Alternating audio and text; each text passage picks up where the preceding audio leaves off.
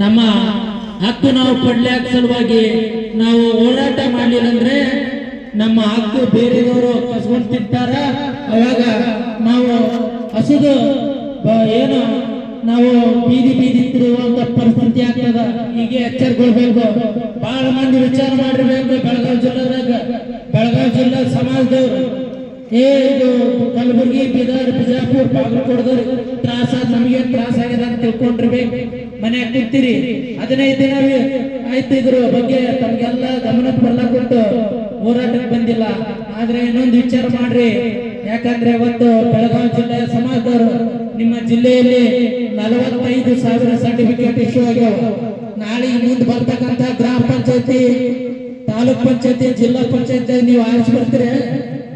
ಮೊದಲು ಎಷ್ಟು ಇರ್ತಿತ್ತು ಆನೆಲ್ಲ ತಮ್ಮ ಆರಿಸಿ ಬರ್ತಿದ್ರಿ. ಇವಾಗ ಆರಿಸಿ ಬರ್ತೀರಿ ಕುಂದ್ರಿ ಮನೆಯಾಗೆ ದಿನ ಕೊಡ್ತಿರ್ ಗೊತ್ತಾಗ್ತದೆ.